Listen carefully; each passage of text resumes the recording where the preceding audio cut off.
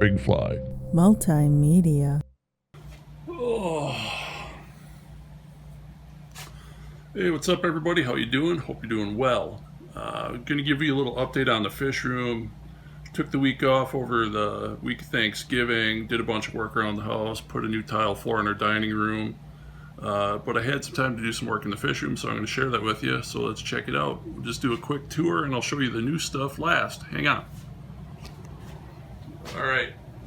125 still doing well. Everybody's kicking it. No major problems. As you can see, my tiny little Chinese algae eater completely cleared all the algae out of the tank. Glass, rocks, everything in a matter of about a week, and it was a big job. He did a really good job. Cichlids are doing well. Dominance is becoming a little bit of an issue. That red zebra, he's the tank boss, along with one other cichlid that's not coming out. I'm not going to spend a lot of time here, but yeah, 125 is doing great. No issues.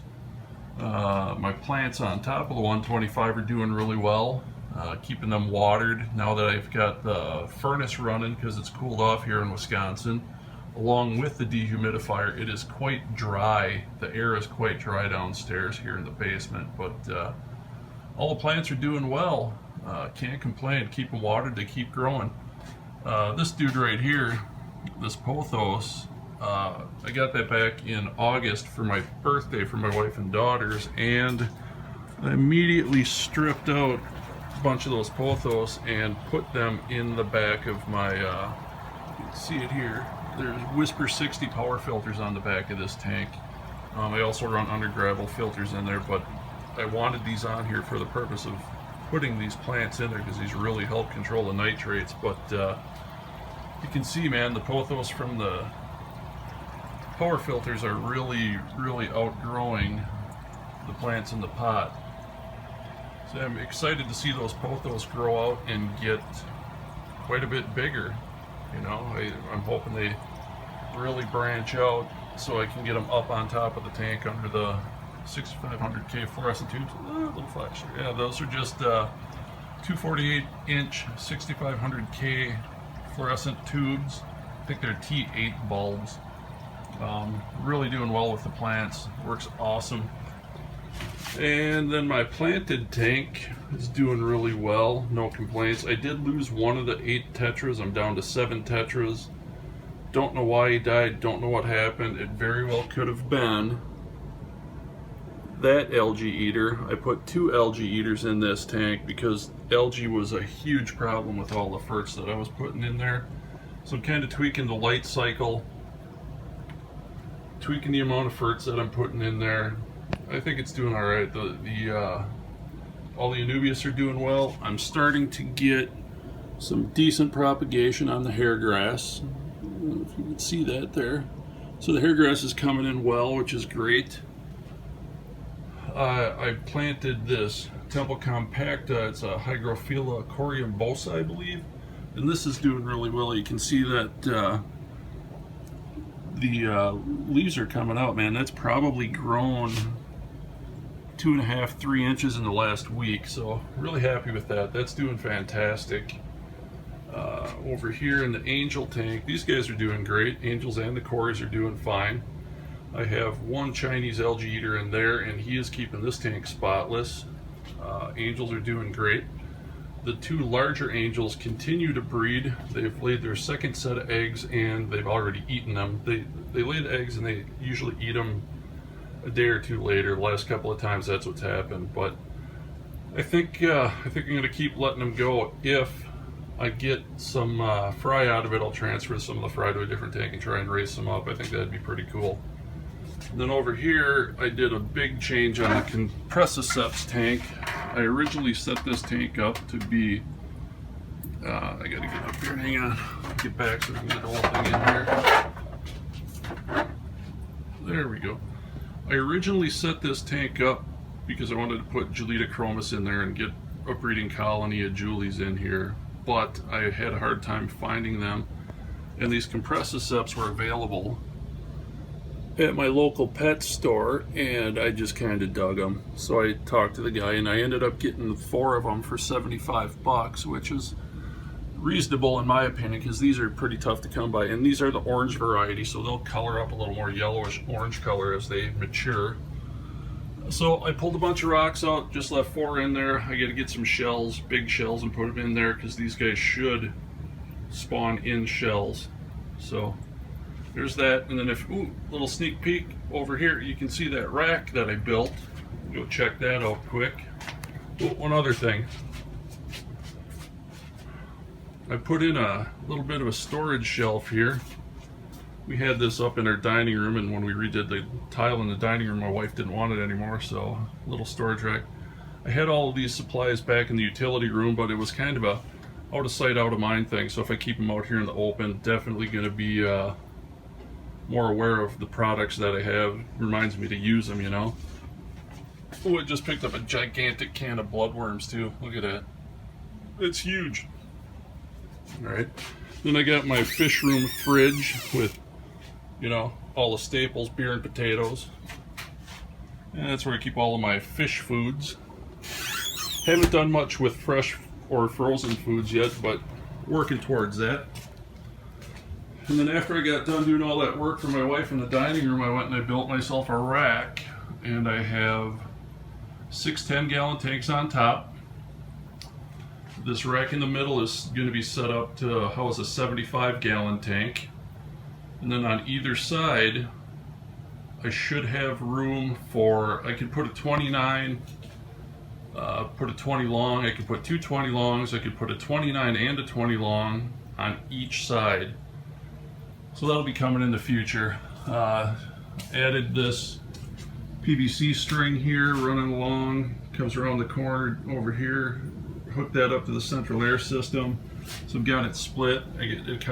It splits in the utility room. I got one pipe coming out here, which feeds air to the 125, the 220 highs, and the 20 or 38 gallon. And then I ran this next string so it'll actually feed air to this whole bank of tanks and whatever I decide to put there, where I've got the 20 highs sitting right now. Not sure what I'm going to do over there yet. It'll probably be 20 highs, maybe a stack of 2 of them.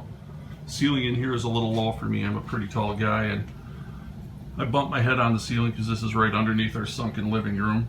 But so far in the 10s, I got the male beta. I got a piece of Malaysian driftwood in there that I got from my aquarium box. That is a sexy piece of driftwood. It looks really nice. Pleco cave, just because I didn't have any place else to put it. And above that, I'm lighting this tank with a, I believe it's a 7-watt LED bulb. These fixtures came from the thrift store. They were actually on a disc, 3 on each disc, and I did pick up 2 of those, so I've got 6 lights to light these tanks. Then over here I've got the same LED, but this piece of not cholla wood, I can't remember. It was a piece of fluval wood that came with November's my aquarium box. I threw that in here, and that thing is leaching tannins like crazy. I just did like a 75% water change in that tank. Tannins are still just blazing in there, so I imagine it'll take a few weeks to clear up. But then up in the tops of these tanks, I'm going to put some pothos up in the corners until I get them fully planted, which I intend to eventually do. And right now this is housing my female beta, and if you can see, I only painted about 1/4 of the side of the tank. The backs are all painted blue, and I did that intentionally so I could have these fish kind of flaring at each other. And I'm hoping and waiting for this dude to build a bubble nest, because if he builds a bubble nest, I'm going to try dropping her into his tank to see if they will breed. So yeah, pretty cool. I'm doing a little experimenting with the lighting. This is actually a 10-watt daylight fluorescent. Not sure what color temperature it is, but it just said daylight on the package. It seems to light the tank up quite well. Of course, I'm running sponge filters in all of these.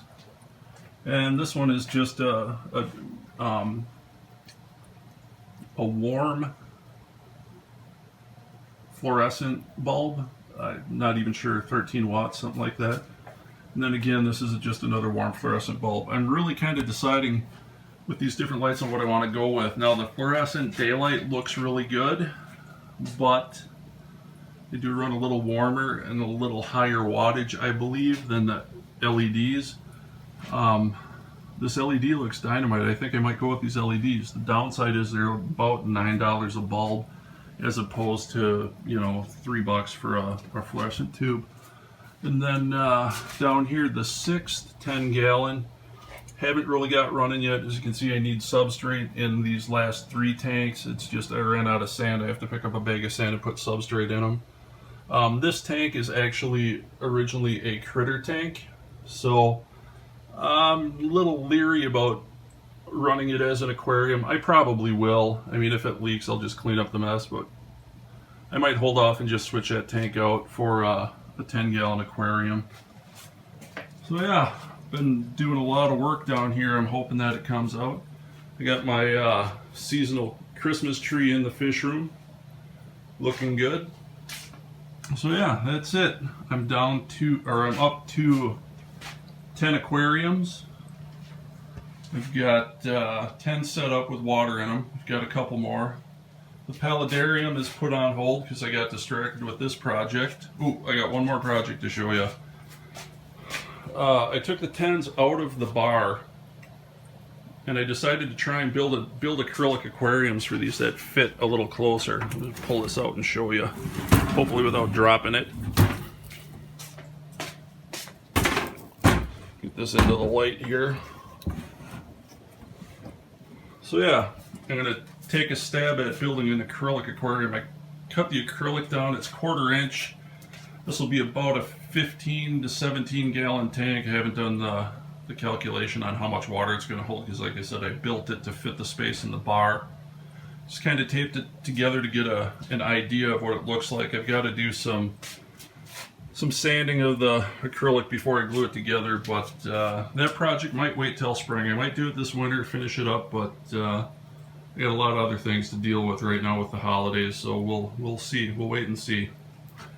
All right, man. That's everything that's going on in the fish room. Thanks for watching. Take your time and subscribe. Give it a thumbs up, thumbs down. That'll really help me out. Leave a comment. Let me know what you think. Peace.